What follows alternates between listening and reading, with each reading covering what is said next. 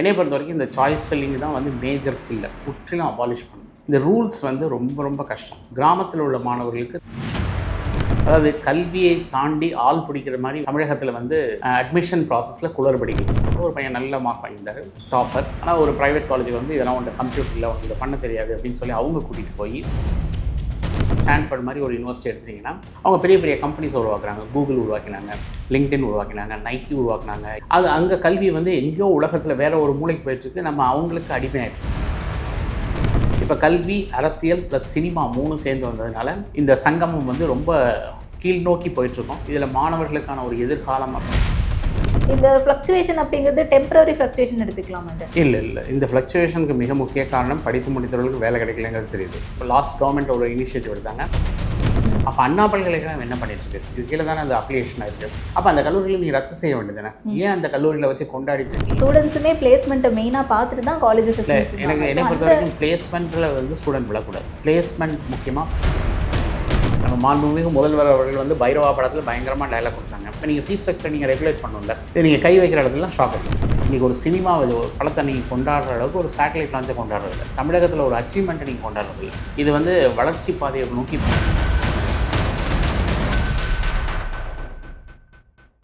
இன்றைய சிறப்பு நேர்காணலில் நம்மோடு இணைந்திருப்பவர் கல்வியாளர் நெடுஞ்செழியன் அவர்கள். வாங்க பேசலாம். வணக்கம் சார். வணக்கம்.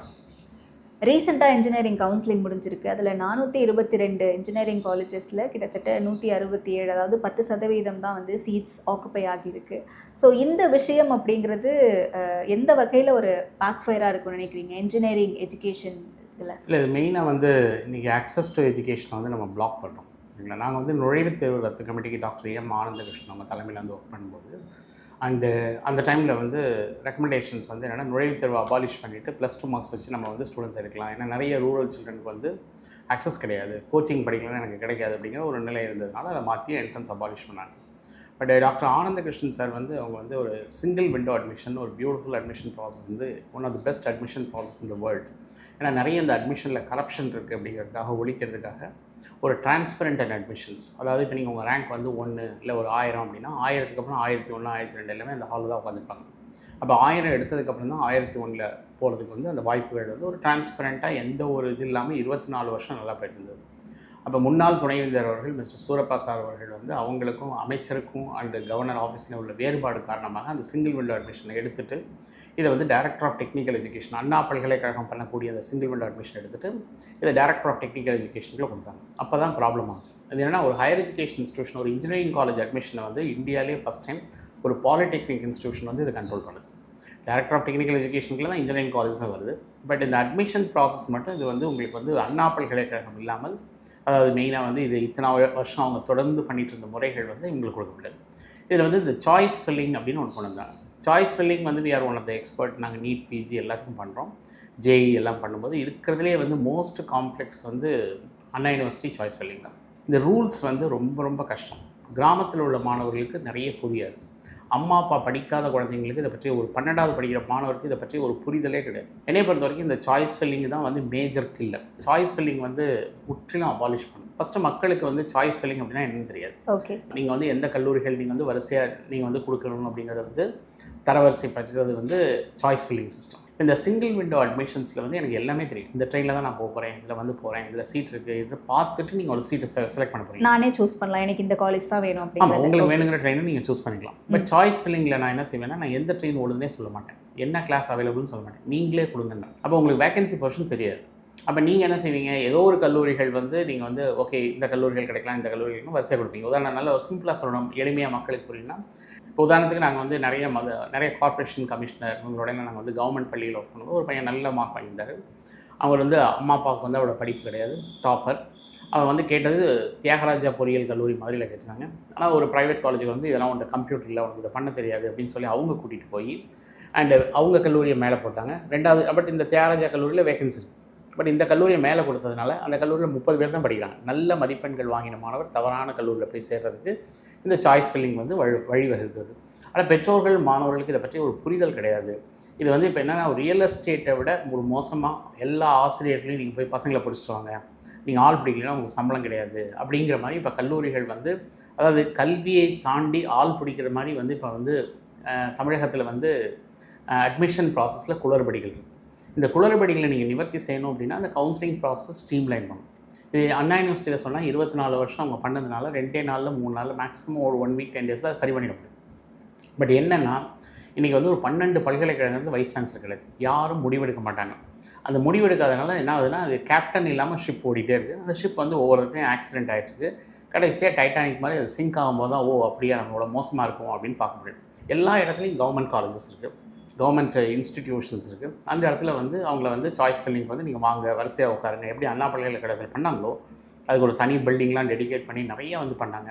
பட் இன்றைக்கி வந்து அந்த முறைகள் வந்து சுத்தமாக விட்டு போனதுனால இது பெற்றோர்களுக்கும் மாணவர்களுக்கும் ஒரு புரிதல் இல்லாமல், ஏன்னா இப்போ ஒரு கிருஷ்ணா அப்படின்னு சொன்னீங்கன்னா ஒரு 10 கிருஷ்ணா பேரில் இன்ஜினியரிங் காலேஜ் இருக்குது. வெங்கடேஸ்வரான்னு சொன்னாலும் அதுவும் நிறைய நம்பர்ஸ் இருக்குது. எந்த கடவுள் உங்களை காப்பாற்றுவார், எந்த கடவுள் உங்களை தூக்கி போட்டு மிதிப்பாருங்கிறது தெரியாது. ஏன்னா என்ன ஸ்ட்ரென்த் இருக்குது, இது எங்கே இருக்குது, இந்த டேட்டாலாம் வந்து Tamil Nadu director of technical education கடைசி நேரத்தில் தான் கொடுக்குறாங்க. ஒரு மக்களுக்கு ஒரு எளிமையாக கொண்டு போய் சேர்க்க வேண்டிய விஷயத்தை, அதாவது படித்த நாமளே படிக்க வரவங்கள ரொம்ப காம்ப்ளிகேட் பண்ணுறோம். அதனால் இது வந்து என்னை பொறுத்த வரைக்கும் இந்த வேகன்சி பொசிஷனோட மெயின் காரணம் வந்து மாணவர்களுக்கு எத்தனை சாய்ஸ் கொடுக்கணும்னு தெரியாது. இப்போ நான் வந்து உதாரணத்துக்கு ஒரு 50 சாய்ஸ் கொடுக்குறேன்னு வச்சுக்கோங்க, இல்லை நான் 100 கொடுக்குறேன்னு வச்சுக்கோங்க. 100 நான் கேட்ட கல்லூரிகளில் இல்லை அப்படின்னா அந்த பையன் அடுத்த ரவுண்டுக்கு தான் போகணும். அப்போ நீங்கள் ஃபஸ்ட் ரவுண்டில் உங்கள் கட் ஆஃப் வந்து ஃபார் எக்ஸாம்பிள் நீங்கள் 190 மார்க் வாங்கியிருக்கீங்க, ஆனால் உங்களுக்கு நீங்கள் ஒரு 4-5 கல்லூரியில் கொடுக்குறீங்க, இல்லை மேக்ஸிமம் ஒரு 50 கல்லூரிகளில் ஒரு பர்டிகுலர் பிரான்ச் கேட்குறீங்க. அந்த பிரான்ச் இல்லை அப்படின்னா சிஸ்டம் வந்து வெளியே தள்ளி அவர் அடுத்த கேட்டகரி மார்க் வந்து ஒரு 160 to 140 ரேஞ்சில் உள்ள மாணவர்களோட போய் கம்ப்ளீட் பண்ணும். அப்போ நான் 190 மார்க் வாங்கினதுக்கான மதிப்பே கிடையாது. அப்போ மதிப்பெண்களுக்கு அப்புறமும் நீங்கள் படித்து ரொம்ப கஷ்டப்பட்டு வந்ததுக்கப்புறமும் நாங்கள் நிற்க வச்சு ஷூட் பண்ணுறோம். இதையே வந்து நீங்கள் படித்த எல்லாரும், நீங்கள் வந்து இந்த ப்ரொஃபஷனில் இருக்க எல்லாரும், அதாவது இந்த தலைமை பகுதியில் இருக்கவங்க எல்லாருமே, அது வந்து பாலிசி மேக்கர்ஸாக இருக்கட்டும், இல்லை வந்து வைஸ் சான்சலராக இருக்கட்டும், இல்லை அட்மிஷன் பண்ணக்கூடிய இன்ஸ்டியூஷனாக இருக்கட்டும், இது எல்லாருமே வந்து இப்போ வந்து கல்வியை வந்து விட்டுட்டு இதை வந்து எவ்வளோ வந்து மக்களை பிடிக்கிறது மட்டும்தான், அதாவது அவங்கள்ட்ட பணத்தை வாங்குறது மட்டும்தான் பார்க்குறாங்க. பட் வளர்ந்த நாடுகள் எடுத்துட்டிங்கன்னா, இப்போ நீங்கள் ஸ்டான்ஃபோர்ட் மாதிரி ஒரு யூனிவர்சிட்டி எடுத்துட்டிங்கன்னா அவங்க பெரிய பெரிய கம்பெனிஸ் உருவாக்குறாங்க. கூகுள் உருவாக்கினாங்க, லிங்க்டின் உருவாக்கினாங்க, நைக்கி உருவாக்கினாங்க, யூடியூப் உருவாக்கினாங்க, இந்த மாதிரி நெட்ஃப்ளிக்ஸ், இந்த மாதிரி நிறைய கம்பெனிஸை உருவாக்கி அந்த கம்பெனி வந்து ஒரு 10% வந்து அந்த இன்ஸ்டியூஷன் கொடுக்குறாங்க. அந்த 10% கொடுக்குறதுனால அவன் ஸ்டூடெண்ட்டோட ஃபீஸை வந்து 85% கட் பண்ணுறான். அவன் ரிசர்ச் ஃபெசிலிட்டிஸை நல்லா இம்ப்ரூவ் பண்ணுறான். அது அங்கே கல்வி வந்து எங்கேயோ உலகத்தில் வேறு ஒரு மூளைக்கு போயிட்டுருக்கு, நம்ம அவங்களுக்கு அடிமையாயிட்ருக்கு. ஆனால் இன்றைக்கி வந்து தமிழகத்தை பொறுத்த வரைக்கும் முதல்ல கல்வி வந்து பெருந்தலைவர் காமராஜ் சார் அவங்க காலத்தில் வந்து ரொம்ப அழகாக கல்வி மட்டும் ஃபோக்கஸ் ஆச்சு. சார் படிக்கலைன்னா கூட கல்வி, மக்கள் படித்தால் கல்வியோட பயன் என்னங்கிறதுக்காக அவர் வந்து ரொம்ப கஷ்டப்பட்டார். அப்புறம் கொஞ்ச நாள் கழித்து அப்படியே கல்வி வந்து அரசியல் வந்தது. இப்போ கல்வி, அரசியல் ப்ளஸ் சினிமா 3 சேர்ந்து வந்ததுனால இந்த சங்கமம் வந்து ரொம்ப கீழ் நோக்கி போயிட்டுருக்கோம். இதில் மாணவர்களுக்கான ஒரு எதிர்காலம் அப்படிங்கிறது வந்து ரொம்ப ஒரு கேள்விக்குறியாக இருக்குது. ஏன்னா இன்றைக்கி வந்து இந்த பாப்புலேஷன் உலகத்திலே கிடையாது. இந்த யங் ஏஜ் பாப்புலேஷனில் இங்கிலீஷ் ஸ்பீக்கிங் வந்து நமக்கு எஸ்பெஷலி சவுத் இந்தியாவில் தான் நிறையா இருக்கும். அது தமிழகம் வந்து ஒரு good quality of manpower, மனித வளம் நல்லா இருக்குது. பட் இந்த மனித வளத்தை வந்து நம்ம முற்றிலுமாக சிதைக்கிட்டு இருக்கோம். அது என்ன சொன்னால் ரொம்ப வந்து பாழ்படுத்திகிட்ருக்கோம். இது வந்து தாங்கிக் கொள்ள முடியாத நிலைமையில் நான் பேசுகிறேன். ஏன்னா அந்த காலத்தில் வந்து யானைகளை வந்து போருக்கு யூஸ் பண்ணாங்க. யானைகள் வந்து போருக்கு போகும்போது அப்படியே ஆக்ரோஷமாக போவான், அந்த வில்லேஜே அப்படியே வந்து அதிருமா. இன்றைக்கி அப்படி இருந்த யானையை வந்து நம்ம கோவிலில் ஊர்வலம் வர்றதுக்கும் வாசலில் இருந்து நமக்கு ஆசீர்வாதத்துக்கும் தான் நம்ம யானையை வந்து யூஸ் பண்ணுறோம். யானைக்கே இந்த மாதிரி ஒரு திறமை இருக்குதுன்னு தெரியாத அளவுக்கு எப்படி யானையை மாற்றினாங்களோ அப்படி தான் இன்றைக்கி இளைய சமுதாயத்தை நம்ம வந்து மாற்றிட்டுருக்கோம். இது வந்து வளர்ச்சி பாதையை நோக்கி போகிற மாதிரி தெரியல, இது வந்து நம்ம வீழ்ச்சி பாதையை போயிட்டுருக்கோம். இதுக்கான அலார்ம்ஸ் எல்லாமே யார் சொன்னாலும் யார் காதலையும் வந்து இது போய் சேர்கிற மாதிரி தெரியல. எனக்கு தெரிஞ்ச வந்து இவங்கெல்லாம் வாழ்ந்து முடிச்சிட்டாங்க. வாழக்கூடிய அடுத்த ஜென்ரேஷன் நல்லா இருக்கணும் அப்படிங்கிற ஒரு உயரிய நோக்கம் வந்து நம்மள்ட்ட இருந்து காணாமல் போனது தான் மிகுந்த வேதனை தெரிகிறது. ஓகே, பட் ஆனால் இந்த சாய்ஸ் பேஸ்ட் அப்படிங்கிறது எத்தனை வருஷமாக இருக்குது சார்? ஏன்னா இந்த வருஷம் மட்டும் 10% கம்மியான என்ரோல்மெண்ட் அப்படிங்கிறது நம்ம பார்க்கல. கடந்த ஆண்டும் இப்படி தான் இருந்துச்சு. இது ஒரு ஃப்ளக்சுவேஷனில் இருந்தால் ஒரு வருஷம் அதிகமான என்ரோல்மெண்ட், கம்மியான என்ரோல்மெண்ட் அப்படின்னு நம்ம புரிஞ்சுக்கலாம். இந்த ஃப்ளக்சுவேஷன் அப்படிங்கிறது டெம்பரரி ஃப்ளக்சுவேஷன் எடுத்துக்கலாமா? இது இல்லை, இந்த ஃப்ளக்சுவேஷனுக்கு மிக முக்கிய காரணம் படித்து முடித்தவர்களுக்கு வேலை கிடைக்கலங்கிறது தெரியுது. அப்போ நீங்கள் வந்து என்ன ஆச்சுன்னா, இப்போ ரீசெண்டாக பார்த்த ரீசெண்ட் ஷாக்கிங் இன்ஃபர்மேஷன்னா, இந்த தமிழகத்தில் உள்ள பொறியியல் கல்லூரி மொத்த எண்ணிக்கையில் ஏறத்தாழ ஒரு 200 பொறியியல் கல்லூரி நாங்கள் அட்டானமஸ் ஆகிட்டோம். அட்டானமஸ்னால் அவங்களே பேப்பர் செட் பண்ணி அவங்களே கரெக்ட் பண்ணி எல்லாம் பண்ணலாம் அப்படின்னா இது டிகிரியை விற்கிறதுக்கு ஈக்குவல் என்னை பொறுத்த வரைக்கும். அப்போ நீங்கள் வந்து குவாலிட்டியை வந்து எஜுகேஷனை வந்து நீங்கள் டீவியேட் பண்ணுறது தான் அது மிக முக்கியமான இதாக இருக்குது. என்னை பொறுத்த வரைக்கும் நீங்கள் வந்து ஸ்டேட்டில் வந்து பிளானிங் வந்து வி ஆர் லேக்கிங். இந்த சென்ஸ் இன்றைக்கி வந்து கல்வி வந்து வளரணும் அப்படின்னா எத்தனையோ படித்து தமிழகத்தில் படித்தவர்கள் வெளிநாடுகளில் இருக்கவங்க கல்விக்காக எவ்வளோ, ஏன்னா இப்போ லாஸ்ட் கவர்மெண்ட் ஒரு இனிஷியேட்டிவ் எடுத்தாங்க. நீங்கள் வந்து உங்கள் பள்ளியை நீங்கள் வந்து தத்தெடுத்துக்கலாம், உங்கள் பள்ளிக்கு நீங்கள் இன்வெஸ்ட் பண்ணலாம்னு சொன்னாங்க. அப்போ எவ்வளோ ஃபண்ட்ஸ் ஜென்ரேட் ஆச்சு. இதை நீங்கள் வந்து நல்ல ஆக்கப்பூர்வமாக, இப்போ நீங்கள் நம்ம ஒரு டெல்லி எடுத்துக்கிட்டோம் அப்படின்னா, நான் டெல்லியில் நிறைய செமினார் பண்ணுறேன். டெல்லியில் எங்கள் மாணவர்கள் தனியார் பள்ளியில் படிக்கிறவங்களுக்கு வந்து மினிமம் ஒரு 2.5 lakhs to 3 lakhs ஆகுது. இதே நாங்கள் வந்து mister Aravind Kejriwal sir Aam Aadmi party கொண்டு வரும்பொழுது அவங்க இன்ஃப்ராஸ்ட்ரக்சரை பக்காவாக மாற்றினாங்க. ப்ரைவேட் ஸ்கூலை விட கவர்மெண்ட் ஸ்கூல் நல்லாயிருக்கு அப்படின்னு பிள்ளைங்களை கூட்டிகிட்டு வந்து சேர்க்குற அளவுக்கு மாற்றினாங்க. அந்த இன்ஃப்ராஸ்ட்ரக்சரை வெளிநாடுகள் யூஎன்லேருந்து எல்லாமே வந்து பார்த்துட்டு அப்ரிஷியேட் பண்ணாங்க. தமிழக கல்வி அமைச்சர் கூட அங்கே போய் பார்த்து வந்தார். அப்போ அந்த இன்ஃப்ராஸ்ட்ரக்சர் பண்ணாங்க. இந்த குழந்தைங்களை நாங்கள் எல்லோரும் இங்கே கூட சேர்த்தா எங்களுக்கு எல்லாம் டிரான்ஸ்போர்ட் எல்லாம் சேர்த்து அந்த குழந்தைக்கு ஒரு வருஷத்துக்கு 25,000 தான் ஆகுது. அப்போ நான் அந்த குழந்தைங்க 2 குழந்தை ஒரு ஃபேமிலியில் 2 பேர் இருக்காங்க அப்படின்னா அந்த குழந்தைக்கு வந்து அந்த ஃபேமிலி 5.5 லட்ச ரூபா சேவ் பண்ணுறாங்க. அப்போ ஒரு 10 வருஷத்தில் 55 லட்ச ரூபா சேவ் ஆகுது. இந்த 55 லட்ச ரூபாயை சம்பாரித்து யாருக்கோ கொடுக்குறது தான் அந்த ஃபேமிலி ரைட் அண்ட் லெஃப்ட் ஓட வேண்டியது. குழந்தைங்களோட நேரம் செலவழிக்க முடியல, அந்த குடும்பத்தில் ஒரு அமைதி இல்லை, அந்த குடும்பங்கள் அமைதி இல்லாமல் போகிறதுக்கான கல்வி கட்டணங்கள் வந்து இங்கே பயங்கரமாக இன்க்ரீஸ் ஆகிட்டு இருக்கு. பட் இந்த ஃப்ளிப் சைடில் வந்து பார்த்திங்கன்னா சென்ட்ரல் கவர்மெண்ட் வந்து நமக்கு வந்து எஜுகேஷன் செஸ்ன்னு நம்ம நிறைய பணம் கட்டுறோம். அது ப்ராப்பர்ட்டி டேக்ஸ், இன்கம் டேக்ஸ் எல்லாத்துலேயும் கட்டுறோம். அந்த எஜுகேஷன் செஸ்ஸில் வந்து 2019 வரைக்கும் அன்ஸ்பென்ட் அப்படின்னு கூகுளில் போட்டிங்கன்னா 2.18 lakh crore செலவழிக்காமல் இருக்காங்க. அதில் வந்து இப்போ நீங்கள் ரீசெண்டாக சிஏஜி ரிப்போர்ட் படி 4.59 lakh crore அப்படின்றது வந்து அவங்க தெரியப்படுத்துகிறாங்க. அப்போ இவ்வளோ அமௌண்ட்டை நீங்கள் கலெக்ட் பண்ணி அது கல்விக்காக நீங்கள் செலவழிக்காமல் அதை நீங்கள் வேறு ஒரு விஷயங்களுக்கு செலவழிக்கும் போது இந்த கல்வியில் குவாலிட்டி இதெல்லாம் எங்கே வரும் அப்படின்னு தெரியல. ஏன்னா இதுக்கு ஆப்போசிட்டில் ஃப்ளிப் சைடில் பார்த்தீங்கன்னா சைனா, கொரியா இந்த கண்ட்ரீஸ்லாம் வந்து அவங்க எங்கள் ஜென்ரேஷனை பயங்கர ஃபாஸ்ட்டாக டெவலப் பண்ணிகிட்ருக்காங்க. நம்ம அவங்க பக்கத்துலேயே கிடையாது. நீங்கள் எண்ட் ஆஃப் தி டே நீங்கள் ஒரு கன்சியூமராக தான் இருக்கீங்களே ஒழிய, அதுவும் வந்து இன்றைக்கி வந்து பேசிக்கலி சோஷியல் மீடியா இதெல்லாம் வந்ததுனால மாணவர்களை வந்து நம்ம திசை திருப்புவதற்கான வழி தான் பண்ணுறோமே ஒழிய ஆக்கப்பூர்வமான வழிகள் நம்ம வந்து கொண்டு வரதே கிடையாது. அதுக்கான முயற்சிகள் கிடையாது. கல்வியில் ஒரு தொலைநோக்கு பார்வை உள்ளவங்க யாருமே வந்து இப்போ இருக்கிற மாதிரி இல்லை. இருந்தாலும் அவங்கள வந்து அட்ரஸ் இல்லாத மாதிரி அவங்க ஆக்கிடுறாங்க. அவங்க சொல்கிறது எதுவுமே வந்து செவிடர் காதுகளில் சங்குகிற மாதிரி தான் போயிட்டுருக்க ஒழிய கல்வி வந்து இன்றைக்கி ஒரு மோசமான நிலைமையில் போயிட்டுருக்கு. இது நீங்கள் உதாரணத்துக்கு இவ்வளோ பேசுகிறோமே, நம்ம வந்து பொறியியல் கல்லூரி இவ்வளோ பண்ணுறாங்களே, எவ்வளோ பேர் கேட் எழுதி பாஸ் பண்ணாங்க அப்படின்னு எந்த கல்லூரியிலாவது விளம்பரம் கொடுக்குறாங்களா? ஏன்னா கேட் எழுதி பாஸ் பண்ணால் தான் நீங்கள் இந்தியன் ஆயில், ஓஎன்ஜிசி இந்த மாதிரி சென்ட்ரல் கவர்மெண்ட் இன்ஸ்டியூஷன் ISRO, DRDOலாம் போகலாம். இப்போ நீங்கள் ISRO, ONGCலாம் போனீங்கன்னா உங்களுக்கு சேலரி பேக்கேஜ் வந்து 24 lakhs. உங்களை ஐடி கம்பெனி மாதிரி துரத்து விட மாட்டாங்க, லைஃப் லாங்காக வச்சுப்பாங்க. அதனால் இந்த மாதிரி ஒரு இன்ஸ்டிடியூஷன்ஸ்க்கெலாம் போகக்கூடிய வாய்ப்புகளே நம்ம குழந்தைங்களுக்கு தெரியாமல், திறமைகள் இருந்தும் அந்த 24 லட்ச ரூபா சம்பளம் போகாமல் ஏதோ 3லேருந்து 10 லட்சம் கிடச்சாலே வாழ்க்கையில் வந்து பெரிய வெற்றி அப்படின்னு நினச்சி அந்த குழந்தைங்க வேலைன்னு சொல்லி வந்து விழுகிறாங்க. அந்த வேலைங்கிறது வந்து இப்போ நீங்கள் வந்து இப்போ ரீசெண்டாக DW டாக்குமெண்ட்ரியில் கூட போட்டிருந்தாங்க. இந்த எம்ப்ளாய்மெண்ட் வந்து அன்எம்ப்ளாய்மெண்ட் க்ரைசிஸ் வந்து எப்படி இன்க்ரீஸ் ஆகுது. அது ஜெர்மனிலையும் இருக்குது, பட் இந்தியாவில் வந்து பயங்கரமாக பன்மடங்கு பெருகுது.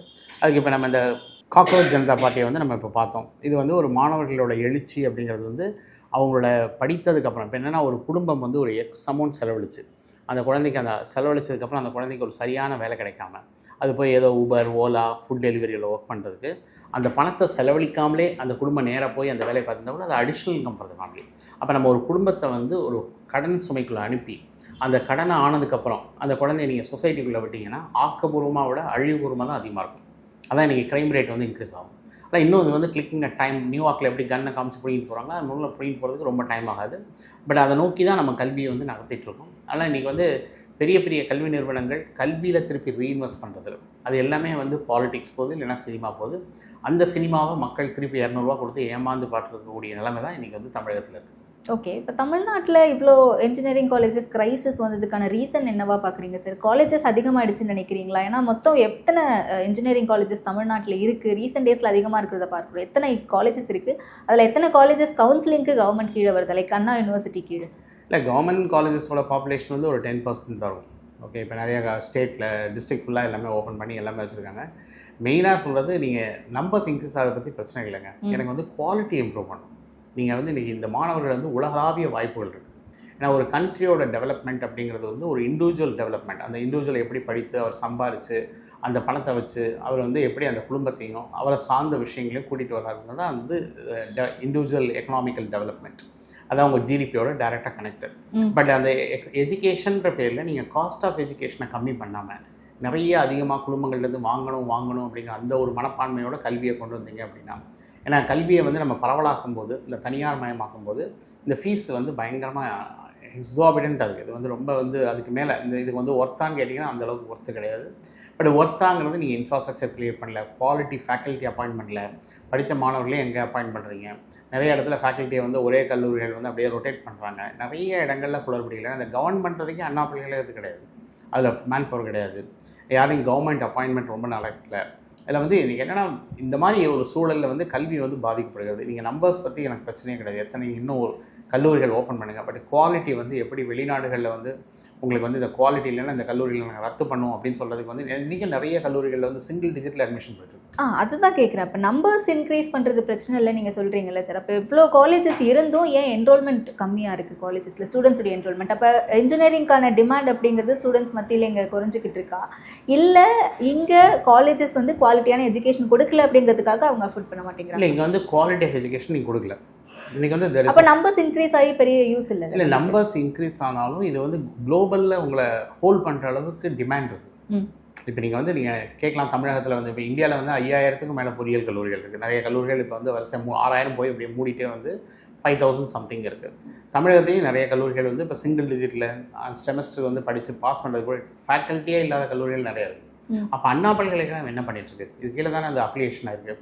நீங்கள் அஃபிலியேஷனுக்கு நீங்கள் காசு வாங்குறீங்க, ஏன் வந்து இதில் ஆசிரியர்கள் இல்லை, ஏன் வந்து இந்த கல்லூரிகளில் சிங்கிள் டிஜிட்டில் போயிட்டுருக்கு, இல்லை மாணவர்கள் ஏன் சேர்க்கை இல்லை? அப்போ அந்த கல்லூரியில் நீங்கள் ரத்து செய்ய வேண்டியதுதானே? ஏன் அந்த கல்லூரியில் வச்சு கொண்டாடிட்டு இருக்கீங்க? இந்த லிஸ்ட்டுக்குள்ளே ஏன் கொண்டு வரீங்க? அப்போ ஒரு குடும்பம் யாரை நம்பி வருது? ஏன்னா பள்ளியில் வந்து ஒரு அரசு பள்ளியில் படிக்கக்கூடிய மாணவர் 7.5 ரெசல்யூஷன் 7.5 இல்லைன்னா அவர் வந்து இந்த கல்லூரிகளில் தான் சேரணும். அந்த கல்லூரிகளுக்கு அவர் சேர்கிறதுக்கு பணம் வந்து அந்த குடும்பம் வந்து அவங்களோட வருமானத்துக்கு நிறைய அதிகமாக அவங்க வந்து செலவழிக்க வேண்டிய இடத்துல அவங்க போய் எங்கேயாவது கடனை வாங்கி என் குழந்தை படித்தா நல்லது, படித்தா வேலை கிடைக்கும் அப்படின்னா படித்தால் கிடைக்குங்கிறது தான் வந்து தமிழகத்தில் மனப்பான்மை இருந்ததுனால அவங்க வந்து இந்த மாதிரி எடுத்து போகும்பொழுது அந்த குழந்தைங்களுக்கு வந்து கல்வி இல்லாதப்ப அந்த பேரண்ட்டுக்கு வந்து முடிச்சதுக்கப்புறம் டிசப்பாயிண்ட் ஆகிறாங்க. போட்ட பணமெல்லாம் வேஸ்ட்டாக போச்சு, என் குழந்தை படித்து ஒரு உபயோகமே இல்லையே அப்படிங்கிற மாதிரி கல்லூரிகளை தவறாக தேர்ந்தெடுப்பதற்கு திருப்பி வரீங்க அப்படின்னா சாய்ஸ் ஃபில்லிங் மெத்தட் தான். ஏன்னா இந்த கல்லூரியை தேர்ந்தெடுக்கும் போது அந்த குழந்தைக்கு அந்த இன்ஃபர்மேஷன் தெரியல. நீங்கள் ஒரு தடவை ஒரு கல்லூரி எடுத்துகிட்டா நீங்கள் அந்த கல்லூரி விட்டு வெளியே வர முடியாது. இதை ஏன் நீங்கள் வந்து இதுக்கோ நீங்கள் அரசுகள் விளம்பரங்கள் பண்ணுறாங்க, இதை தர நிர்ணயங்கள் வந்து பண்ணுறது, ரேங்கிங் இதெல்லாம் கொடுக்குறீங்க அப்படின்னா இந்த ரேங்கிங்கை என்னை பொறுத்த வரைக்கும் நீங்கள் சரியாக பண்ணுறதில்ல. அதுலேயும் ஏகப்பட்ட விஷயங்கள் சரியில்லை. ரேங்கிங்கும் இன்னும் பெருசாக ஒன்றும் இல்லை. அதில் என்ன பேராமீட்டர்னால் எத்தனை மாணவர்களுக்கு வேலை கிடைச்சது, எந்த சம்பளத்துக்கு வேலை போனாங்க, இந்த மாணவர்கள் எத்தனை ஆசிரியர்கள் PhD வாங்கியிருக்காங்க, எவ்வளோ பேர் வெளிநாடுகளில் படித்தாங்க, எவ்வளோ பேர் வந்து எத்தனை குழந்தைங்களுக்கு PhD டிகிரிக்கு கைட் பண்ணுறாங்க. இந்த மாதிரி ஒரு டேட்டா வந்து எந்த டேட்டா கொடுக்குறோம் இன்றைக்கி? அதாவது நாங்கள் இன்ஃபர்மேஷன் வந்து இந்த டைமில் வந்து எக்ஸ்ப்ளோஷன் ஆஃப் இன்ஃபர்மேஷன் நிறைய வந்து தகவல் கொட்டிகிட்ருக்கு. பட் இதில் பேரண்ட்டுக்கும் ஸ்டூடெண்ட்டுக்கும் எந்த சரியான தகவலை சரியான தருணத்தில் பார்க்கணும் தெரியாது. அதுக்கு தான் இந்த சிங்கிள் விண்டோ அட்மிஷன் வந்து உடனடியாக கொண்டு வரணும். இந்த சிங்கிள் விண்டோ அட்மிஷன் நீங்கள் கொண்டு வராத வரைக்கும் மாணவர்களுக்கு வந்து திரையில் பார்க்கும்பொழுது இந்த கல்லூரியில் எத்தனை வேகன்சி இருக்குது, அப்போ யாருமே எடுக்கலை, இந்த கல்லூரியில் நான் சேர மாட்டேன் அப்படின்னு சேர மாட்டேன். இப்போ நீங்கள் அந்த டிஸ்பிளேயே காமிக்க மாட்டேங்கிறீங்க, நீங்களே கொடுங்கன்றீங்க. அதாவது ஒரு சிஸ்டத்தை எப்படி, அதாவது இன்றைக்கி கம்ப்யூட்டருங்கிற பேரில் நிறைய காம்ப்ளிகேஷன் தான் கொண்டு வரோம். எதையுமே நம்ம சிம்பிளிஃபை பண்ணலாம். சிம்பிளிஃபை பண்ணணும்னா நீங்கள் வந்து ரயில்வே டிக்கெட்டிங் மாதிரி சிம்பிளிஃபை பண்ணணும். Railway ticketing is a great example. யார் வேணாலும் இந்தியாவில் எந்த மூலையில் உட்காந்து எந்த ட்ரெயினுக்கு வேணாலும் புக் பண்ணலாங்கிறப்ப ஒரு கவுன்சிலிங் ப்ராசஸ்க்கு வந்து என்னென்ன வேகன்சி இருக்குங்கிறது லைவாக காமிக்க முடியல அப்படின்னா நீங்கள் தொழில்நுட்பத்தில் இன்னும் பக்கத்துலேயே வரலன்னு அர்த்தம். இப்போ நீங்கள் தொழில்நுட்பத்தில் நாங்கள் பயங்கரமாக இருக்கோம், பொறியியல் கல்லூரிலாம் பயங்கரமாக நாங்கள் பண்ணுறோம் அப்படின்னா ஏன் வந்து அண்ணா பல்கலைக்கழகமோ இல்லை டைரக்டர் ஆஃப் டெக்னிக்கல் எஜுகேஷனோ இல்லை யார் ரெஸ்பான்சிபிள் அத்தாரிட்டியோ இதை வந்து நீங்கள் வந்து ஏன் சைட்டில் வந்து காமிக்கலாமே? இந்த கல்லூரிகளில் இத்தனை வேகன்சி இருக்குது, உங்களுக்கு வேணுங்கிறத எடுத்துங்கன்னா பையன் பார்ப்பான், இந்த இடத்துல ஸ்ட்ரென்த்தே போகல, இந்த காலேஜ் யாருமே செலக்ட் பண்ணால் அந்த பக்கம் செலக்ட் பண்ணவே மாட்டான். அந்த தகவலை கூட கொடுக்க முடியாத தொழில்நுட்பத்தில் இருக்கிறவங்க தான் தொழில்நுட்ப கல்வியை வந்து கொடுக்குறீங்க. அப்போ அந்த தொழில்நுட்ப கல்வி வந்து எவ்வளோ ஐசியூவில் இருக்குதுன்னு பார்க்க வேண்டியது கரெக்டாக இல்லையா? மெயினாக வந்து என்னை பொறுத்த வரைக்கும் வந்து இதில் வந்து பாலிசி லெவலில் நிறைய வேக்கம் இருக்குது. இது வந்து நம்ம பொதுமக்களை ஏமாத்துறோம். பொதுமக்களை வந்து என்ன செய்யறோம்னா பணங்கிற பேரில் கல்வியில் வந்து நிறைய சம்பாதிக்கணுங்கிறதுக்காக நம்ம வந்து குவாலிட்டி ஆஃப் எஜுகேஷன் கொண்டு வரதில்லை. இந்த குவாலிட்டி இல்லை அப்படின்னா நம்ம குழந்தைங்கள்லாம் அடி வாங்கும், திருப்பி வேலையின்மை காரணமாக வந்து தெருவில் வந்து போராட போகிறாங்க. இது வந்து ஒரு என்றைக்கு டெல்லியில் என்ன நடந்ததோ அது தமிழகத்தில் நடக்கிறதுக்கு ரொம்ப ஒன்றும் பெரிய டைம் இருக்காது. ஏன்னா இது வந்து ஒவ்வொன்றும் நீங்கள் வந்து இது எக்கனாமிக் தேரிப்படி கிளிக்கிங் அ டைம் பாம் அந்த சொசைட்டி அப்படின்னா சொசைட்டிக்கு நீங்கள் பாம் வைக்கிறீங்க, அந்த குழந்தைங்களை படிக்க வைக்கிறீங்க, ஆனால் அதுக்கு வேலை தர மாட்டேங்கிறீங்க. படித்த படிப்புக்கான வேலைகள் இங்கே இல்லைனாலும் வெளிநாடுகளில் இருக்குங்கிறத நீங்கள் காமிக்க தவறீங்க. வெளிநாடுகளில் அந்த குழந்தை போனால் கல்வியின் தரம் வந்து நல்லா உயர்ந்திருக்கணும். அந்த நாடுகள் இந்த குழந்தைங்களை விரும்பி தேடி வரணும். இப்போ நீங்கள் உதாரணத்துக்கு எடுத்துங்க, நீட் எடுத்துட்டீங்க அப்படின்னா நீட் வரும்போது மெரிட்டே காம்ப்ரமைஸ் பண்ண மாட்டோம்னு சொன்னாங்க. பட் நீட் வந்து கம்ப்ளீட்லி வந்து இன்றைக்கி நம்பர் 1 ஃப்ராடு வந்து எஜுகேஷனில், அதான் நீட் தான் நம்பர் 1 ஃப்ராடு. ஏன்னா இன்றைக்கி வந்து போன வருஷம் டீம்டு யூனிவர்சிட்டிஸோட ஃபீஸ் வந்து 28 லட்சம் இருந்தது, இந்த வருஷம் 8 லட்ச ரூபா இன்க்ரீஸ் ஆகிடுது. அப்போ 8 லட்ச ரூபா ஒரு வருஷத்தில் வந்து இந்த அளவுக்கு இன்ஃப்ளேஷன் இன்க்ரீஸ் ஆகலை, எதுவுமே இன்க்ரீஸ் ஆகலை. இப்போ இந்த அளவுக்கு ஃபீஸ் இன்க்ரீஸ் ஆகுது அப்படின்னா பணம் உள்ளவர்கள் நிறைய வந்து குழந்தைங்களை மெடிசன் அப்படின்னு சேர்க்குறாங்களே வழியே அந்த மெடிக்கல் டெக்னாலஜிஸ் வந்து கம்ப்ளீட்டாக வந்து இன்றைக்கி மெடிசன் வராமல், ஏன்னா ஒருத்தர் ஹார்ட் அட்டாக் வருதுன்னா 5 வருஷத்துக்கு முன்னாடியே கண்டுபிடிச்சிடலாம். அப்போ அந்த பேஷண்ட் வந்து அவர் ரெடி ஆகிடுவார். எனக்கு ஹார்ட் அட்டாக் வருதுன்னா அவர் லைஃப் ஸ்டைல் மாடிஃபிகேஷனுக்கு வந்துடுவார். பட் நீட் கொண்டு வரும்போது மெரிட்டை காம்ப்ரமைஸ் பண்ண மாட்டோன்னு சொன்னாங்க. நான் ஒரு 600 மார்க் வாங்கியிருக்கேன். என்னோடய கம்யூனிட்டியோட கட் ஆஃப் வந்து 600. நான் 599 தான் வாங்கியிருக்கேன். அப்படின்னா எனக்கு வந்து நான் அடுத்த கவர்மெண்ட் காலேஜில் சீட் கிடைக்கலனா government and self financing college, aided self financing காலேஜில் போய் நான் வந்து கோட்டாவில் சேரணும். அந்த ப்ரைவேட் காலேஜஸில் போனால் இங்கே வந்து எனக்கு சப்போஸ் ஒரு 20,000க்குள்ளே ஃபீஸ் முடியுதுன்னா அங்கே போய் நான் 4.5 லட்ச ரூபா அஃபிஷியலாக கொடுக்கணும். அன்அஃபிஷியலாக ஒவ்வொரு கல்லூரியிலும் ஒவ்வொரு அமௌண்ட் வாங்குறாங்க. அந்த பணம் இல்லைன்னா நான் சீட்டு விட்டு கொடுக்கணும். அப்போ மெரிட் வந்து காம்ப்ரமைஸ் ஆகுது. அப்போ நான் படித்து மாணவர்கள் மதிப்பெண்கள் வாழறதுக்கும் பணம் இல்லைன்னா நீ வராதுன்னு சொல்கிற அளவுக்கு இருந்ததுன்னா, இதே சிஎம்சி வெள்ளூர் ஒரு 58,000 தான் ஃபீஸ் வாங்குறாங்க. அண்ட் சிஎம்சி வந்து பேசிக்கலி அவங்க மேனேஜ்மெண்ட் கோட்டா, செல்ஃப் ஃபைனான்சிங் எல்லாமே வந்து நான் 58,000 வாங்குறாங்கன்னா, அப்போ ஏன் நீங்கள் ஃபீஸை ரெகுலேட் பண்ண முடியல? நம்ம மாண்புமிகு முதல்வர் அவர்கள் வந்து பைரவா படத்தில் பயங்கரமாக டைலாக் கொடுத்தாங்க. அது உண்மையிலே சினிமா தானே. இப்போ நீங்கள் ஃபீஸ் ஸ்ட்ரக்சரை நீங்கள் ரெகுலேட் பண்ணணும்ல. இப்போ நீங்கள் வந்து ஒரு பணம் இல்லைங்கிறதுக்காக அந்த குழந்தை வந்து மெரிட்டை வந்து காம்ப்ரமைஸ் ஆகுது. அப்போ என்னை பொறுத்த வரைக்கும் வந்து அரசியலுக்கு அப்பாற்பட்டு எதிர்கால சந்ததியினர் நல்லா இருக்கணுங்கிறதுக்கு வந்து அண்ட் தமிழக முதல்வர்களும் சரி எல்லாமே சரி இந்த குழந்தைங்களுக்கு வந்து இந்த மணி அப்படிங்கிறத, ஏன்னா இது ரொம்ப டேஞ்சரஸ் ஜோன். இது சினிமாவில் வேணால் நம்ம ஸ்கிரிப்ட் எழுதி பண்ணிடலாம், பட் ரியாலிட்டியில் ரொம்ப கஷ்டம். இது நீங்கள் கை வைக்கிற இடத்துலலாம் ஷாக் அடிக்கும். ஓகே. ஆனால் பட் ஃபினான்ஷியல் பேசிஸில் வரும்போது இப்போ ஒரு காலேஜில் கிட்டத்தட்ட ஒரு 10 பேர் தான் சேர்ந்துருக்காங்க, அதுக்கு மேலே மாணவர்கள் சேர்க்கை எங்கே கிடையாது இந்த கவுன்சிலிங் பேசிஸில் அப்படின்னும் போது அந்த காலேஜ் எப்படி சார் ரன் ஆகுது? ஃபேக்கல்ட்டி இருக்க மாட்டாங்களா? இன்ஃப்ராஸ்ட்ரக்சர் பிரச்சனை இருக்கும். நீங்கள் சொன்ன மாதிரி ப்ராக்டிக்கல் தான் இன்ஜினியரிங்கை பொறுத்த வரைக்கும் பேசிக்கான ஒரு விஷயம். ஸோ எல்லாமே ப்ராக்டிக்கலாக தான் இருக்கும் தியரிட்டிக்கலை விட. ஸோ இந்த ப்ராக்டிக்கலுக்கான எக்யூப்மெண்ட்ஸ் இதெல்லாமே இருக்குல்ல சார், இதெல்லாம் பார்க்கணும்ல? இல்லை, இதெல்லாமே வந்து அவுடேட்டடாக இருக்குது. இப்போ நீங்கள் வந்து ஹார்வர்ட் பல்கலைக்கழகத்தில் வந்து ஒரு ப்ரொஃபஸர் டேவிட் மெலன் இருக்கார். அவர் வந்து கம்ப்யூட்டர் சயின்ஸ் CS50ங்கிறது ஃப்ரீயாக சொல்லித்தரார். ஆர்டிஃபிஷியல் இன்டெலிஜென்ஸ் ஃப்ரீயாக சொல்லித்தரார். அவர்கிட்ட வந்து உலகம் முழுவதும் 75 லட்சம் பேர் படிக்கிறாங்க. பட் இதே IIT மெட்ராஸில் வந்து உங்களுக்கு வந்து 3.5 லட்சம் வாங்கி சொல்லித்தராங்க. இப்போ நீங்கள் ஹார்வர்ட் பெஸ்ட்டாக IIT மெட்ராஸ் பெஸ்ட்டானா, ஹார்வர்ட் தெரியாத வரைக்கும் நமக்கு IIT மெட்ராஸ் பெஸ்ட். அது மாதிரி நான் என் ஊர்லேருந்து எனக்கு பார்க்கும்போது இந்த பொறியியல் கல்லூரி தான் தெரியும். எனக்கு இந்தியாவில் இருக்க பெஸ்ட்டு கல்லூரிகள் தெரியாது. அதனால் நீங்கள் பக்கத்தில் கொண்டு வந்து என் குழந்தை இங்கே சேர்த்தா போதும் அப்படிங்கிற மேக்ஸிமம் நம்ம மெஜாரிட்டி ஆஃப் த பாப்புலேஷன் தமிழ்நாட்டில் ஏதோ ஒரு இடத்துல படித்தா போதும் அப்படிங்கிறது தான் இருக்காங்களே ஒழிய, பட் தமிழ்நாட்டுக்குள்ளே இந்த கல்வியில் வந்து எவ்வளோ வந்து நம்ம தரம் தாழ்ந்து போயிருக்கு. மாணவர்களுக்கு வந்து நீங்கள் கேட்ட மாதிரி இன்ஃப்ராஸ்ட்ரக்சர் கிடையாது. இதெல்லாம் நாங்கள் என்றைக்கோ இன்வெஸ்ட் பண்ண இன்ஃப்ராஸ்ட்ரக்சர். இதை ஏன் அண்ணா பல்கலைக்கழகம் ஒவ்வொரு வருஷமும் நீங்கள் இவ்வளோ ஃபீஸ் கலெக்ட் பண்ணுறீங்க? இதில் வந்து இத்தனை பர்சன்டேஜ் நீங்கள் எத்தனை எக்யூப்மெண்ட்ஸ் வாங்கணும், புதுசாக நீங்கள் எதாவது பண்ணணும், டெக்னாலஜிக்கல் ஓரியன்டாக நீங்கள் என்னெல்லாம் அப்கிரேட் பண்ணியிருக்கீங்க. இது AICTE மேண்டேட்டரி டிஸ்க்ளோஷர்னு இருக்குது. எந்த கல்லூரியிலும் போடுறதில்ல. பட் மகாராஷ்டிராவில் நீங்கள் கல்லூரிகளில் கவுன்சிலிங் போகணுன்னா கம்பல்சரி அந்த மேண்டேட்டரி டிஸ்க்ளோஷர் போகணும். எங்கள் கல்லூரியில் எத்தனை ஸ்டாஃப் இருக்காங்க, எவ்வளோ பேருக்கு நாங்கள் எவ்வளோ சம்பளம் கொடுக்குறோம், எல்லாத்தையும் டிஸ்க்ளோஸ் பண்ணோம். எப்படி ரன் பண்ணுறாங்க? அந்த ஃபினான்ஷியல் கிரைசிஸ் ஒன்று வந்துடும்ல அந்த காலேஜஸ். 100% ஃபைனான்ஷியல் கிரைசிஸ் இருக்கும். பட் இது வந்து அவங்க அப்படியே விட்டுருவாங்க. இது வந்து இருக்கிற வரைக்கும் வரட்டும். வந்து வேலை பார்க்குறவங்க யாரும் ஆளே இல்லைன்னா கூட ஒரு 2-3 ஃபேக்கல்ட்டியை வச்சு இவரே எல்லா சப்ஜெக்டையும் சொல்லித்தர சொல்லி முடிச்சிருவாங்க. இது மாணவர்களுக்கு தெரியாது. மாணவர் அங்கே லாக் ஆகிட்டார், அங்கேருந்து வெளியே வர முடியாது. ஆனால் அவர் போன இடத்துல என்ன கிடைக்குதோ அதுதான் அவரோட எஜுகேஷன் என்வாயன்மெண்ட். அவர் இன்னும் பெஸ்ட் என்வாயன்மெண்ட்டை பார்க்கல. அதனால் இந்த மாணவர்களுக்கு வந்து என்ன நடக்குதுன்னு கூட தெரியாது. இல்லை, இப்போ காலேஜ் ரேங்கிங்ஸ் பற்றி பேசுனீங்க. இன்ஜினியரிங் காலேஜஸ்க்கு என்ன பேசிஸில் AICTEயோ இல்லை ரேங்கிங்கே ஹம்பக்குங்க. இப்போ நீங்கள் வந்து பார்த்தீங்கன்னா IIT மெட்ராஸ் நம்பர் 1 அப்படி இப்படின்னு போட்டு எல்லாம் போட்டு பிட்ஸ் பிளானியே வந்து 20 வச்சுருக்காங்க. பிட்ஸுக்கு முன்னாடி அண்ணா யூனிவர்சிட்டி இருக்குது, VIT இருக்குது, SRM இருக்குது. அப்படின்னா இது வெளிநாட்டுக்காரங்களாம் நான் ஒரு இன்டர்நேஷ்னல் குவாலிட்டி அக்ரெடிட்டேஷன் கான்ஃபரன்ஸில் அவங்க கிளிக்கிறாங்க. என்ன கேட்குறாங்கன்னா, எப்படிங்க நீங்கள் வந்து பிட்ஸ் பிளானியை 20 வச்சுருக்கீங்க, அது வந்து 1900 இருக்குது. இப்போ புதுசாக வந்த இன்ஸ்டியூஷன்லாம் நீங்கள் முன்னாடி வச்சுருக்கீங்க. அண்ட் இன்டேக் வால்யூமும் வந்து பார்த்திங்கன்னா ஒரு சில கல்லூரிகள் வந்து 20,000 30,000 பேர் எடுக்கிறாங்க. நீங்கள் பிட்ஸில் மொத்தமாகவே சேர்த்து 2,200 தான், 3 கேம்பஸ் சேர்த்து. IITயில் 5,000 பேர் தான். ஈவன் உலகத்திலே பெஸ்ட்டு ஸ்டான்ஃபோர்ட் எடுத்திங்கன்னா கூட 10,000க்குள்ளே தான் படிக்கிறாங்க. நீங்கள் எப்படிங்க 30,000 20,000லாம் தரீங்க அப்படின்னு கேட்குறாங்க. இது யாருமே ஓப்பன் பண்ண மாட்டேங்கிறாங்க.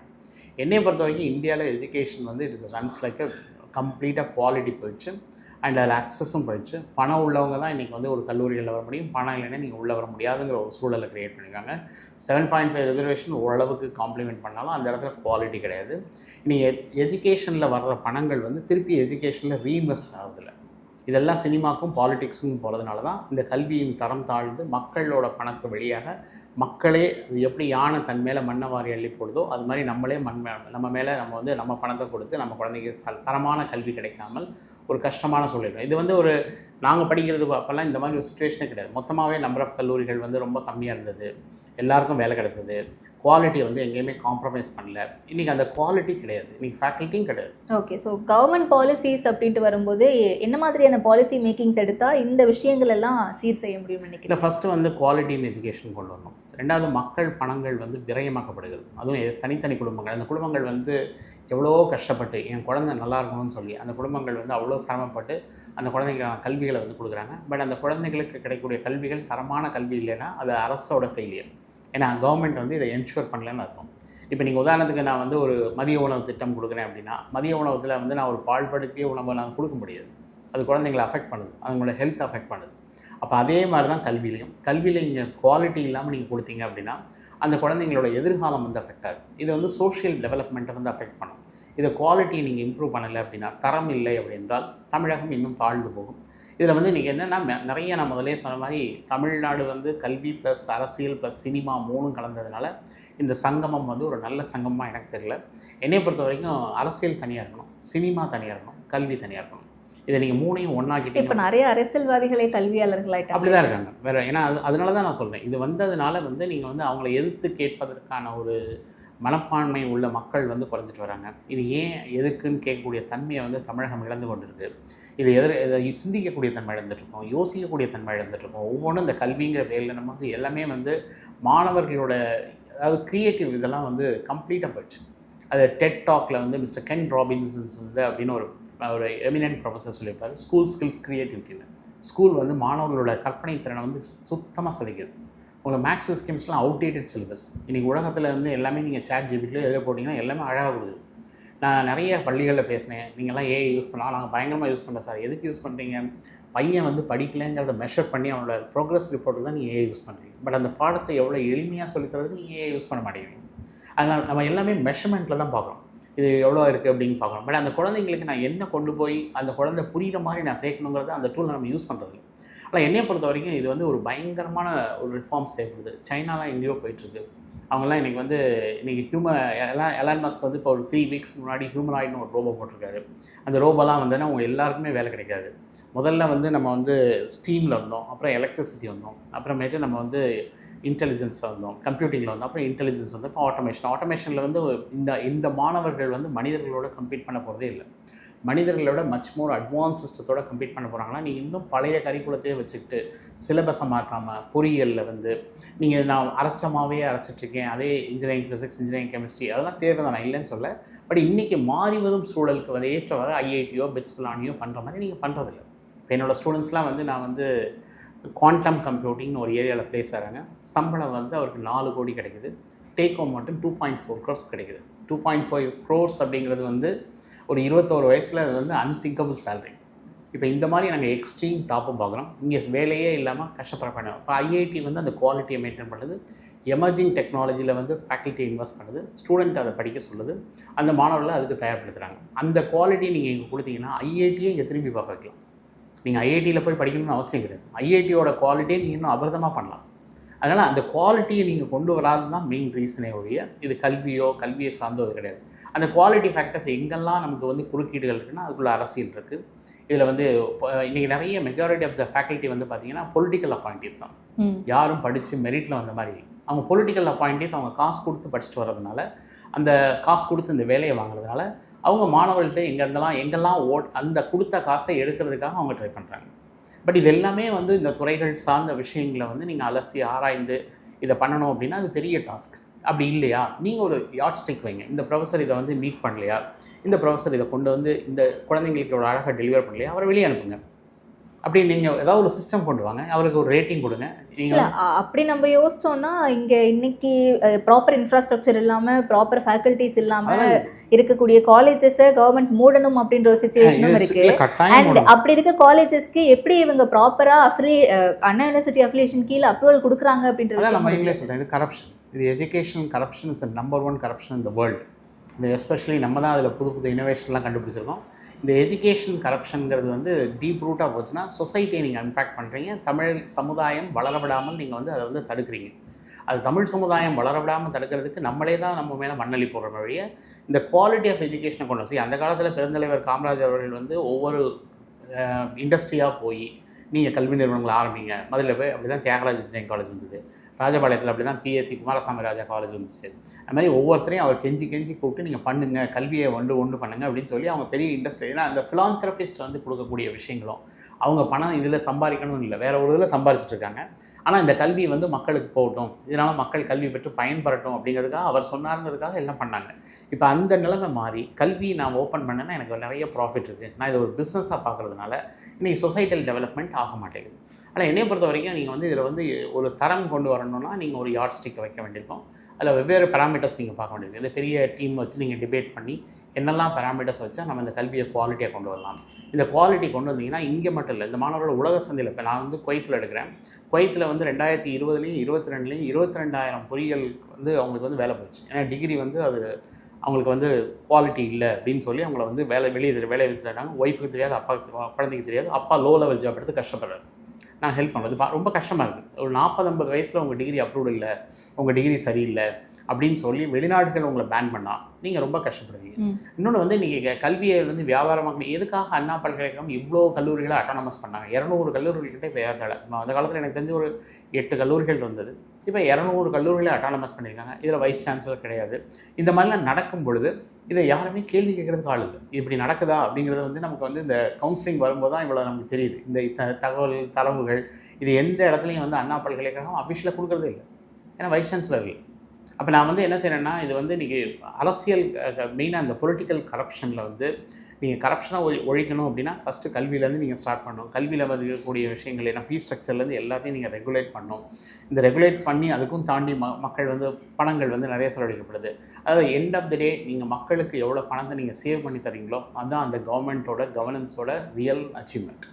அதில் வந்து அதை சேவ் பண்ணி குறைந்த செலவில் அந்த குழந்தை படிச்சுட்டு அந்த குடும்பங்கள் இன்வெஸ்ட் பண்ணக்கூடிய கல்விக்காக நான் சொல்கிறது வந்து நிறைய கம்மியாக இன்வெஸ்ட் பண்ணி அந்த குடும்பத்துக்கு அந்த குழந்தை வாயிலாக ஒரு பன்மடங்கு அட்லீஸ்ட் ஒரு 10x or 100x அந்த குழந்தை சம்பாரிச்சு கொடுத்ததுன்னா அதுதான் வளர்ச்சி. அந்த தனி குடும்பத்தோட வளர்ச்சி தான் தமிழ்நாட்டின் ஒட்டுமொத்த வளர்ச்சி. இது மாதிரி பல லட்ச குடும்பங்களை நம்ம வந்து மேம்படுத்த முடியும். இந்த குழந்தைங்க நல்ல கல்வி கொடுத்தீங்கன்னா அவங்க வெளிநாடுகளில் போய் நமக்கு நல்ல வேலை பார்த்து அவங்க இந்த சமுதாயத்தை திருப்பி மேலே கொண்டு வருவாங்க. அவங்க எல்லாருமே இப்போ நீங்கள் தமிழ்நாட்டில் படித்து வெளிநாட்டில் இருக்க சிறந்த மாணவர்கள்லாம் அவங்க வந்து அவங்க பள்ளிக்கோ இல்லை அவங்க இது பண்ணுறதுக்கோ ரெடியாக இருக்காங்க. இதை நீங்கள் யூஸ் பண்ண மாட்டேங்கிறீங்க. போன கவர்மெண்ட் கொஞ்சம் அட்டம் பண்ணாங்க, பட் இன்னும் இந்த கவர்மெண்ட்டில் எவ்வளோ பண்ணலாம். இன்றைக்கி கவர்மெண்ட்டில் நான் பார்க்குற வரைக்கும் இந்த ஒரு 100 நாள் ஆட்சியில் நான் பார்த்த வரைக்கும் அடுத்தவங்களை ப்ளேம் பண்ணுறது தான் நம்ம பண்ணிகிட்ருக்கோம். வழிய ஆக்கப்பூர்வமான விஷயங்களை நோக்கி நம்ம மூவ் பண்ணுற மாதிரி அதுக்கான ஒரு தடயம் கூட தெரியல.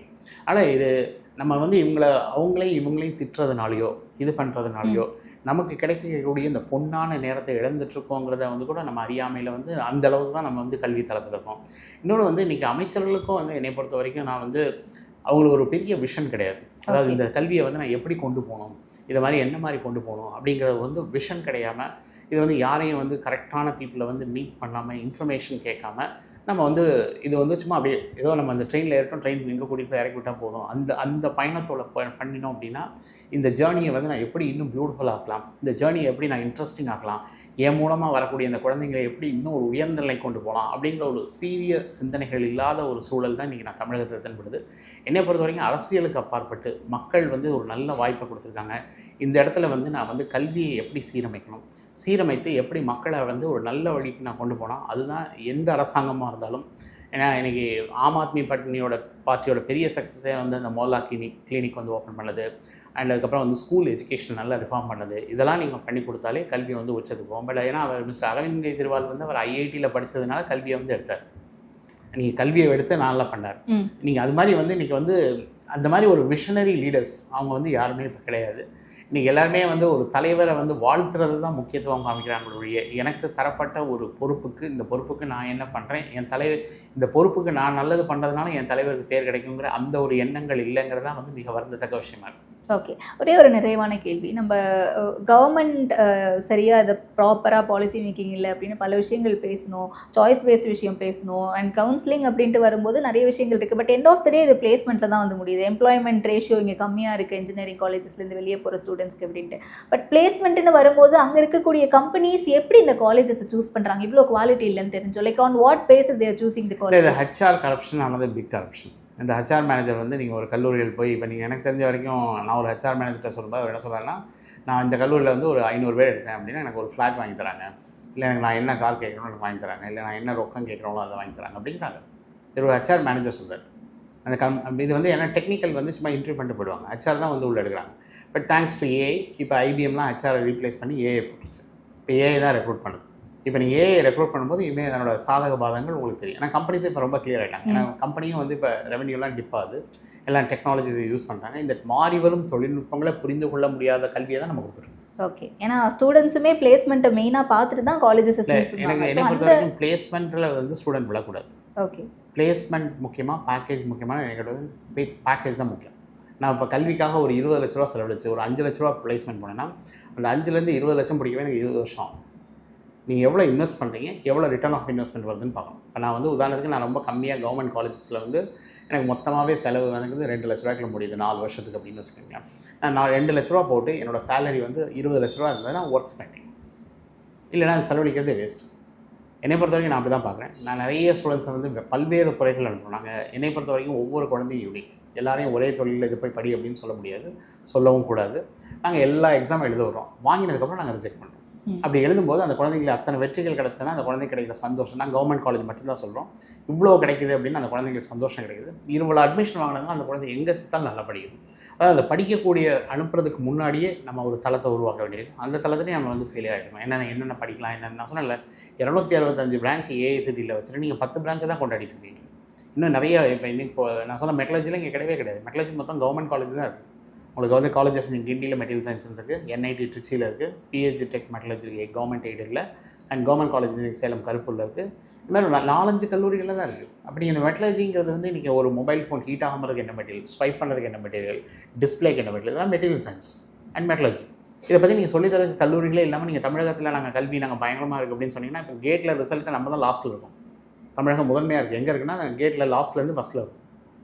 ஏன்னா இப்போ சென்ட்ரல் கவர்மெண்ட் இப்போ டேட்டாலாம் கொடுக்குறதில்ல. 2014 டேட்டா தான் லாஸ்ட் டேட்டா. அந்த டேட்டா படி தமிழ்நாடு வந்து இந்தியாவிலேயே கடைசி இடத்துல பொறியியல் இருக்குது. ஓகே, அதுக்கப்புறம் டேட்டாவே இல்லை. அதனால் வந்து பொறியியல் வந்து தரம் தாழ்ந்து போயிட்டுருக்கு. இதில் வந்து அதுலேயே சர்டிஃபிகேஷன் கோர்சஸ்லாம் நிறைய கொடுக்குறாங்களே சார், 1 இயரில் 2 இயர்ஸில் 6 மந்த்ஸில் அந்த மாதிரி. அதெல்லாம் வேஸ்ட்டு. நீங்கள் வந்து என்பிடிஎல்னு ஒரு சைட் இருக்குது, national program and technology enable learning வந்து 25 வருஷமாக இருக்குது. நீங்கள் வெளியே போய் சர்டிஃபிகேட் படிக்கிறது இங்கே ஐஐடியிலே படிச்சு போயிடலாம். ஐஐடி 1000 ரூபாய்க்கு சர்டிஃபிகேட் தருது. இந்த சர்டிஃபிகேட் 1000 ரூபான்னு சொல்லி எந்த பொறியியல் கல்லூரியிலும் இப்போ தான் வந்து ஃபோர்ஸ் பண்ணுறதுனால அதை பண்ணுறாங்க. என்பிடிஎல் 25 வருஷமாக இருக்குது. இது மாதிரி உலகத்தில் சிறந்த பல்கலைக்கழகங்கள்லாம் நிறைய ஆன்லைன் கோர்ஸ் தராங்க. நீங்கள் காசு கொடுத்து படிக்க வேண்டியது. நாங்களாம் நிறைய அரசு பள்ளியில் படிக்கக்கூடிய மாணவர்களை எடுத்து நாங்கள் கவர்மெண்ட்டில் வந்து ஃப்ரீயாக படிக்க வச்சு அவன் பெஸ்ட் இடத்துக்கு போயிடுறாங்க. அதனால் வந்து என்னை பொறுத்த வரைக்கும் வந்து இது வந்து வாய்ப்புகள் நிறைந்த உலகம். வாய்ப்புகளை நீங்கள் வந்து பார்க்க தவறுறீங்க. ரெண்டாவது இன்றைக்கி நிறைய டிஸ்ட்ராக்ஷன் இருக்குது. நான் மீடியாவில் வந்து நான் எஜுகேஷனை வந்து லாஸ்ட் ப்ரையாரிட்டியில் வச்சு சினிமாவையும் பாலிடிக்ஸை நான் ஃபஸ்ட் ப்ரையாரிட்டியில் வச்சுருக்கும்போது கல்வி வந்து பின்னோக்கி தள்ளப்படுகிறது. மாணவர்களுக்கும் பெற்றோர்களுக்கும் போதிய தகவல்கள் கிடையாது. அவங்க வாழ்க்கையில் முன்னேறுவதற்கான கல்வியில் உள்ள சாத்தியக்கூறுகள், வழிகள், என்னங்க படிக்கலாம், எங்கே வந்து இந்த கல்லூரிகள் இருக்குது, ஒரு கல்லூரிகளை எப்படி தேர்ந்தெடுப்பதுன்னு இன்றைக்கி வந்து நம்ம எல்லா காட்சி ஊடகங்களில் வந்து மிகைப்படுத்தி காமிக்கப்படுறதே கிடையாது. தகவல்களே பெற்றோர்கள் தெரியாமல் தான் இந்த இடத்துல ட்ராவல் பண்ணுறாங்க. இன்றைக்கி ஒரு சினிமா படத்தை நீங்கள் கொண்டாடுற அளவுக்கு ஒரு சேட்டலைட் லான்ச்சை கொண்டாடுறதில்ல. தமிழகத்தில் ஒரு அச்சீவ்மெண்ட்டை நீங்கள் கொண்டாடுறதில்ல.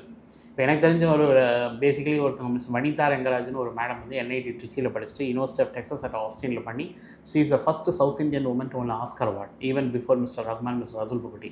இப்படி ஒருத்தவங்க வின் பண்ணாங்களே தெரியாது. நம்ம ஊடகங்கள் நம்ம கொடுக்கவே இல்லை. அப்போ ஒரு பெண் வந்து உலக அளவில் ஒரு அனிமேஷன் மூவியில் வந்து ஒரு சாதனை பண்ணியிருக்காங்க.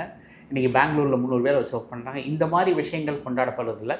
ஆனால் ஒருத்தர் அடித்தாலோ, ஒருத்தர் வந்து ஏதோ ஒரு க்ரைம் நடந்தாலோ, இல்லை எதெல்லாம் கொண்டாடக்கூடாதோ அதான் நம்ம இன்றைக்கி கொண்டாடிட்டு இருக்கோம். எதை நம்ம கொண்டாடணுமோ அதை விட்டுருக்கோம். அதனால் என்னை பொறுத்த வரைக்கும் இது வந்து மெயினாக வந்து எல்லாரோட role, society as a whole role. மக்கள் எதை பார்க்கணும், எதை வந்து பார்த்தா எது அவங்க வாழ்க்கை முன்னேறுவதற்கான ஒரு வழி இருக்குது அப்படிங்கிறத வந்து நம்ம பார்க்க தவறிட்டு இருக்கோங்கிறது வந்து மிகுந்த வருத்தத்துக்கு. ஓகே, ஸோ இவ்வளோ நேரம் கேட்ட எல்லா கேள்விகளுக்கும் தெளிவான விளக்கங்களை கொடுத்தீங்க. நேரத்திற்கு ரொம்ப நன்றி சார். நன்றி. வாய்ப்புக்கு நன்றி. நேயர்களுக்கும் நன்றி.